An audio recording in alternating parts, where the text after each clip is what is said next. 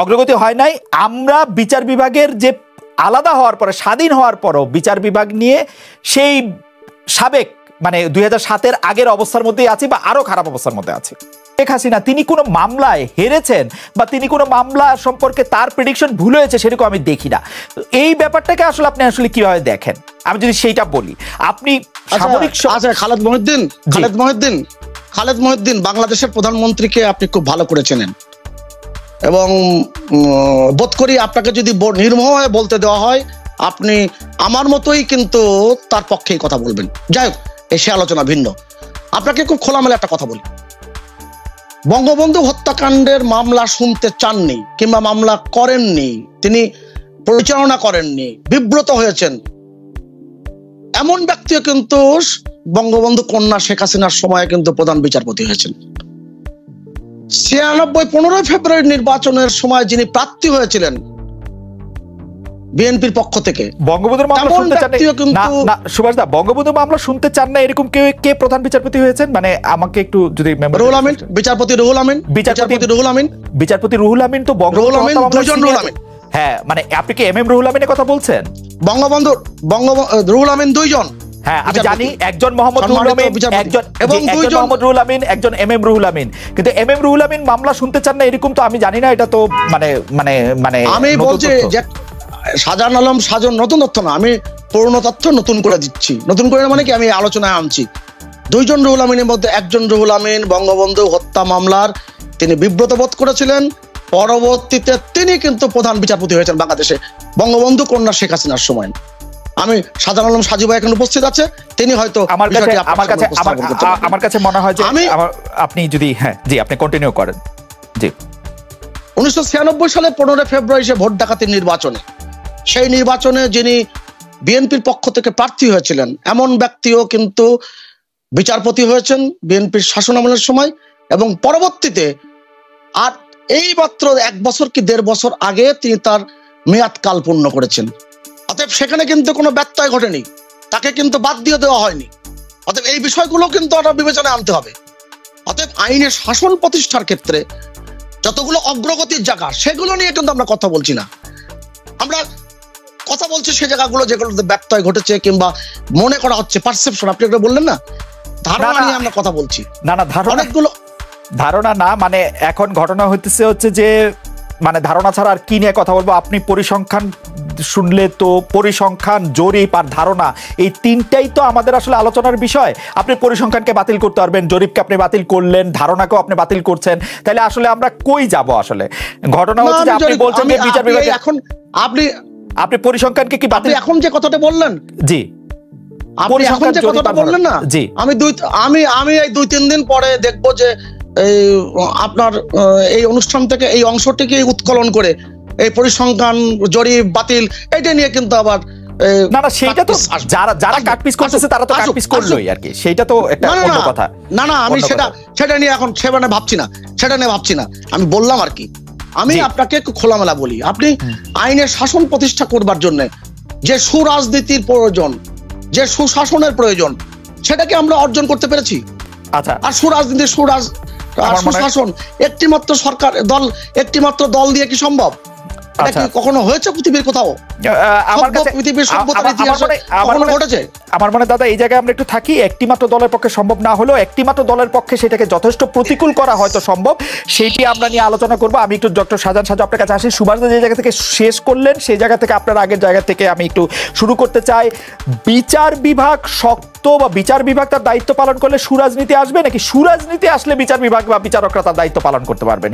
বিচারকরা কিসের আশায় শক্তভাবে তাদের নিজস্ব দায়িত্ব পালন করতে পারেন না, যদি আমরা পারসেপশন অনুযায়ী ধরে নেই যে বিচারকরা তার দায়িত্ব পালন করতে পারছেন না? ডক্টর সাজন, আমার কথা হচ্ছে যে সুরাজনীতি যদি আসে তাহলেই বিচার বিভাগ ঠিক মতো দায়িত্ব পালন করতে পারবে। কারণ হচ্ছে আজকে শাহজাহান ওমরের যে কথাটা আসলো সেটা কেন হলো? আজকে উনি ওখানে জামিন দেওয়া হলো, জজের একটা বলতে পারেন তাহলে জজ কেন করে, সে প্রসঙ্গটা আমি অনেকবারই বলেছি। কারণ সরকারি সকল চাকরিতে এদের একই অবস্থা। কিন্তু প্রশ্নটা আছে, আজকে যদি রাজনৈতিক সরকার যদি প্রসিকিউশনকে এই ইনস্ট্রাকশন না দিত তাহলে কিন্তু শাহজাহান ওমর সাহেব ওইভাবে বেল পেয়ে সঙ্গে সঙ্গে আবার তার দল বদল করে আবার নমিনেশন পেয়ে আবার এমপিও হয়ে যেতে পারতেন না। তাহলে সেখানে রাজনীতি যদি ঠিক না থাকে তাহলে বিচার বিভাগ ঠিক থাকবে কোথায়? একটা দেশের সবকিছু নিয়ামক শক্তি হচ্ছে রাজনীতি। তো এখন একটা দেশের রাজনৈতিক সরকার যদি ঠিক হয়ে যায় তাহলে বিচার ব্যবস্থাও ঠিক হয়ে যাবে। তো বিচারকদের তোলে মানে বিচারকদের মাধ্যমে আমরা রাজনৈতিক অবস্থাটা ঠিক হইতে দেখতে পারবো না। মানে রাজনীতি ঠিক না হইলে বিচার বিভাগ এরকম থাকবে, বিচার বিভাগের এতে কোনো দায় নাই বা বিচারকদের এতে কোনো দায় নাই, কারণ তারা বিচারকদের দায় হচ্ছে কি, আমি একটা কথা, বিচারকরা শোনেন, বিচারকরা যে রায় দেয় তারা কিন্তু আইন অনুযায়ী দেয়। এখন প্রশ্ন হতে পারে পিপলস এক্সপেকটেশন যেটা সেইটা হয়তো সে পূরণ হয় না। যেমন ডক্টর সাজু আপনাকে পেলাম বলে কোন আইন কানুন দেখে শাহজাহান ওমর সাহেবের জামিন হয়েছে? আমি শাহজাহান ওমর সাহেবের জামিনের বিপক্ষে না, কিন্তু শাহজাহান ওমর সাহেবের জামিন হয়েছে এবং মির্জা ফখরুল ইসলাম আলমগীরের জামিন হয় নাই। আমাদের যদি একটু বুঝায় দেন কোন কাগজ কলমের উপর? না, শাহজাহান ওমর সাহেবের জামিন না, আমার জজিয়তের যে অভিজ্ঞতা সেটা দিয়ে বোঝা যায় যে প্রসিকিউশন শাহজাহান ওমরের কেসটা ওইভাবে প্রসিড করতে চান নাই। তিনি চান নাই যে শাহজাহান ওমরের বেল না হোক। আর সরকার যদি প্রচন্ডভাবে তার বিরোধিতা করতেন, যেটা ফখরুল ইসলাম আলমগীর বা অন্য মির্জা আব্বাস বা অন্য যাদের কথা বলা হচ্ছে তাদের ব্যাপারে যেভাবে তারা এটার প্রসিকিউশনের পক্ষ থেকে জোরালো ভাবে তুলে ধরেছেন যে তাদের জামিন দিলে ক্ষতি হবে, তাদের জামিন দেওয়া ঠিক হবে না, সেটা হয়তো শাহজাহান ওমরের করা হয় নাই। কারণ জজ তো নিজ উদ্যোগে কিছুই করে নাই। এখন বলতে পারেন যে জজ তাহলে কি সরকারের কথায় উঠা বসা করে, তাহলে জজদের কি স্বাধীনতা নাই? নো, জজদের স্বাধীনতা ঠিক আছে, কিন্তু জজদের সেই স্বাধীন মতামত ব্যক্ত করার পরে, আইন অনুযায়ী করার পরে একটা পাবলিকের প্রত্যাশার সাথে সেটা সাধারণত অনেক ক্ষেত্রে মিলে না, যার কারণে পিপলস পারসেপশনটা হয়ে যায় বিচার বিভাগ স্বাধীনভাবে কাজ করছে না এবং বিচার বিভাগের মানুষের আস্থা চলে যাচ্ছে, মানুষ আস্থাহীনতায় ভুগছে। এখন এই বিচার বিভাগের আস্থার জায়গাটা যদি শক্ত করতে হয় তাহলে সেক্ষেত্রে তো সরকারকে একটা দায়িত্ব পালন করতে হবে যে বিচার বিভাগ যাতে ঠিক মতো দায়িত্ব পালন করতে পারে। না, কিন্তু ডক্টর সাজু আমি বোধহয় আপনার পয়েন্ট মিস করে যাচ্ছি। যেমন ধরেন যে আপনি বলতেছেন যে প্রসিকিউশন থেকে শক্তভাবে করছে, তো প্রসিকিউশন ভাবে শক্তভাবে করলে তার মানে সরকারের চাওয়া, প্রসিকিউশন সরকারের চাওয়া প্রয়োগ করতেছে, সেই ক্ষেত্রে বিচারকরা তার দায়িত্ব কি পালন করলো? এক, দুই হচ্ছে আমরা যদি নন পলিটিক্যাল ম্যাটারও দেখি, কিসের জন্য এই যে জগন্নাথ ইউনিভার্সিটির যে মেয়েটা খাদিজা, তার মামলা শোনা হবে আরো 4 মাস পরে গিয়ে, খাদিজা সেইটির অর্ডার বাংলাদেশের সবচেয়ে বড় কোর্ট কিসের জন্য দিচ্ছে সেটিও আমরা কিভাবে এটি বুঝবো? আমরা বেগম খালেদা জিয়ার বিরুদ্ধে যে মামলা দেওয়া হচ্ছে বা যে বিচারগুলি দেওয়া হচ্ছে সেগুলির পাশাপাশি যদি অন্য মামলাগুলি আমরা বিবেচনা করি, সেগুলি আমরা কিভাবে দেখবো? মানে প্রত্যেকটা ক্ষেত্রে সরকারের চাওয়াটাকেই যদি বিচারকরা তুলে ধরে, তাহলে আমরা আসলে মানে কেমনে বলবো যে বিচার বিভাগের প্রতি আমার আস্থা আছে? না, সরকার কিন্তু এখানে বিচার বিভাগ কিন্তু সবসময়, যেমন আমাদের সাংবিধানিক আদালতগুলো কিন্তু সাংবিধানিক ভাবে তাদেরকে এখতিয়ার দেওয়া হচ্ছে, সেটা তারা প্রয়োগ করেন। এখন জনগণের প্রত্যাশা থাকতে পারে যে সাংবিধানিক আদালত এই জিনিসটা এত দেরি করে শুনছে কেন। সেক্ষেত্রে আদালত বলতে পারে যে তার কাছে অনেক বেশি মামলা বিচারাধীন আছে, এইটা সে শুনতে পারছে না এবং সেটার জন্য একটু দেরি হচ্ছে, বিচারের আদেশ দিতে দেরি হচ্ছে। এইটা হচ্ছে কি পিপলস এক্সপেকটেশন যেটা আছে সেইটা ফুলফিল হচ্ছে না বলে জনগণ মনে করে যে না, এই আদালতের উপর আস্থা কমে যাচ্ছে, এইটা হতে পারে। কিন্তু আদালত তো আইন অনুযায়ী করে, আদালত তো আইনের বাইরে কাজ করে না। আদালত আইন অনুযায়ী, এখন আইনের তো অনেকগুলি প্রেক্ষিত থাকে, যে প্রেক্ষিতগুলি অনুযায়ী আইনের মধ্যে থেকেও মানে একটি সিদ্ধান্ত দেওয়া যায়। তবু আমরা একটু আবার একটু আমরা একটু জনাব সুভাষ সিংহ রায়ের কাছে আসি।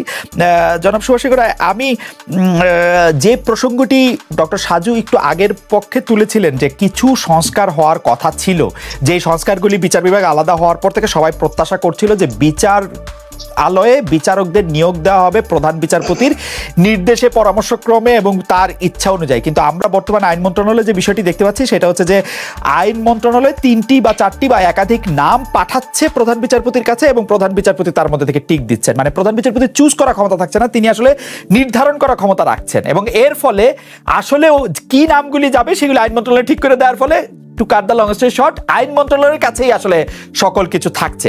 এই ব্যাপারটাকে আপনি আসলে শাসক দলের জন্য এটা ভালো মনে করেন কিনা, বা লং রান এটা ঠিক হচ্ছে কিনা যে আসলে আইন মন্ত্রণালয়ের কাছে কুকিগত থেকে যাচ্ছে কিন্তু বিচার বিভাগটা? এখন কুক্ষিগত শব্দ যখন আসে তখন তো অনেকগুলো বিষয় থেকে যায় এবং অনেকগুলো ব্যাখ্যারও প্রয়োজন হয়। খেয়াল করে দেখবেন, আমি আবারও বলি, আমি আসলে এই তুলনাগুলো করতে চাই না। আপনার মনে আছে, যেহেতু আপনি কিছুদিন এই বিচার ব্যবস্থার মধ্যে চাকরিও করেছেন, আপনি খেয়াল করে দেখুন তো, জগন্নাথ পারে এবং সোহেল আহমেদ এই দুইজন জজ সাহেব কেন বোমার আঘাতে হত্যাকাণ্ডের শিকার হয়েছিল? শাসন ব্যবস্থাটা কেমন ছিল? এটা তো আমরা জানি বিষয়গুলো। অতএব অনেকগুলো বিষয় আছে। আপনি সুপ্রিম কোর্টের যে বিষয়গুলো আনছেন, সারা পৃথিবীতে সুপ্রিম কোর্টের মানে উচ্চ আদালতের যে বিষয়গুলো থাকে, পার্শ্ববর্তী রাষ্ট্র ভারত, ইন্দিরা গান্ধী 69 সালে প্রথম তিনি লোকসভার সদস্য নির্বাচিত হন এবং তার পরবর্তীতে সেই নির্বাচন হওয়ার কথা পরবর্তী 72 সালের পরে। সেই নির্বাচন কেন ইন্দিরা গান্ধী আগে আবার করিয়ে নিলেন? এবং সেই মামলা হলো একটা রাজনারায়ণ। সেই মামলা চলতে চলতে ইন্দিরা গান্ধী মামলা, রাজনারায়ণ মামলা, একটা বিখ্যাত মামলা বলতে গেলে আইনের ছাত্রদের কাছে। সেই মামলা 76 সাল পর্যন্ত চলে গেল। সেই মামলা কি পরবর্তীতে আবার যখন এই মামলাতে শ্রীমতী ইন্দিরা গান্ধী জিতলেন, আবার যখন আসলেন, তখন তো আবার তিনি ক্ষমতায় আসলেন 2-3 বছর পরে। অতএব এই প্রেক্ষাপটগুলো আছে সারা পৃথিবীতে। অতএব আমরা নতুন করে দেখি, আমরা নতুন করে বলি, আমরা বলি যে এখানে কুক্ষিগত করা হয়েছে। বিচার ব্যবস্থাপনা অনেক রকম ব্যাখ্যার কিন্তু প্রয়োজন হয়। আপনি দেখুন 1972-73 যে নির্বাচন, সেই নির্বাচনে আপনি আওয়ামী লীগের যে নৌকা মার্কা, সেই নৌকা মার্কা নিয়ে তৎকালীন জাসদ সাজান সিরাজ যুগ্ম সাধারণ সম্পাদক ছিলেন, তিনি একটা মামলা করলেন উচ্চ আদালতে যে নৌকা মার্কা আওয়ামী লীগকে দেওয়া যাবে না। তখন এই বদরুল হাদার চৌধুরীর সাথে আরেকজন বিচারপতি ছিলেন, তারা দুইজন যে রায়টা দিয়েছিলেন, যে তারা বারবার বলেছেন, নির্বাচন কমিশন থেকে বিচারপতি মোহাম্মদ ইদ্রিস বলেছেন, যেহেতু আগের নির্বাচনে নৌকা মার্কা আওয়ামী লীগের প্রতীক ছিল, স্বাভাবিক কারণে তারা পাবে। কিন্তু এই মামলা নিয়ে কিন্তু অনেক পানি ঘোলা করা হয়েছিল। অনেকগুলো পারসেপশন কিন্তু তৈরি করা যাবে, গণমাধ্যমেও আসবে না। সুভাষদা, কেস লর কথা না বলে আমরা যদি আপনি নর্মাল বাংলাদেশের সাধারণ মানুষের জন্য বিচার বিভাগ, আইনি ব্যবস্থা, আইনি কাঠামো, বিচারক নিয়োগ, এগুলি নিয়ে কথা বলি, আমরা কিন্তু সবাই মিলে একটা কনসেনসাসে এসেছিলাম যে বিচারক নিয়োগে আলাদা আইন করা হবে। আমরা কিন্তু কনসেনসাসে আসছিলাম হাইকোর্টে যাদেরকে নিয়োগ দেওয়া হবে, অ্যাপিলেট ডিভিশনে যাদেরকে নিয়োগ করা হবে, তাদের একটা সুসম্পূর্ণ নিয়োগ কাঠামোর মধ্যে নিয়োগ করা হবে। কিন্তু সেই নিয়োগ কাঠামোর মধ্যে নিয়োগ করা হইতেছে কিনা সেই প্রশ্নের মধ্যে যদি আমরা দেখি, আওয়ামী লীগ আমলে সেটা আরো অনেকখানি পিছিয়েছে। কিন্তু সুভাষদা, এটা অগ্রগতি হয় নাই। আমি জেনে আপনাকে বলতেছি, আমি জেনে আপনাকে বলতেছি যে সেটা কোনো অগ্রগতি হয় নাই, অগ্রগতি হয় নাই। আমরা বিচার বিভাগের যে আলাদা হওয়ার পরে, স্বাধীন হওয়ার পরও বিচার বিভাগ নিয়ে সেই সাবেক মানে 2007-এর আগের অবস্থার মধ্যেই আছি বা আরো খারাপ অবস্থার মধ্যে আছে। আমার এটা আপনার সাথে আমি একমত হলাম না।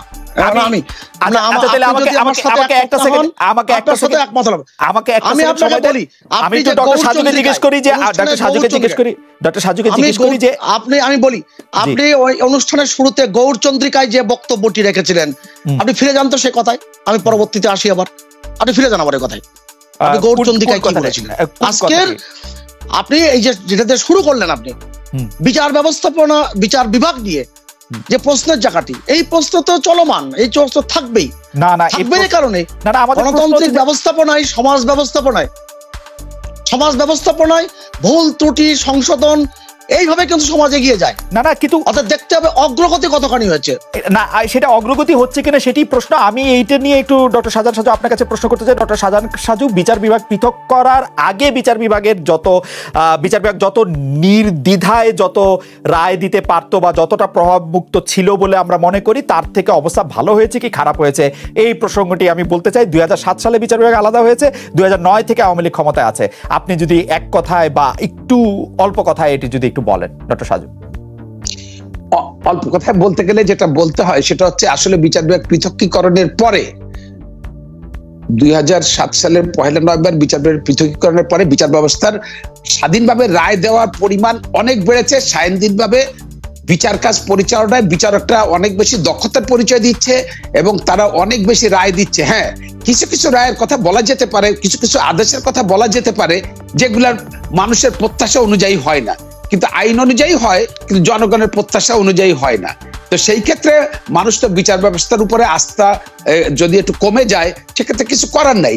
দেখেন, আমি বললাম যে সরকার ব্যবস্থা যদি ঠিক থাকে তাহলে ন্যায় বিচার পায়। আজকে আপনি দেখেন এই সরকার বা আমাদের এই যে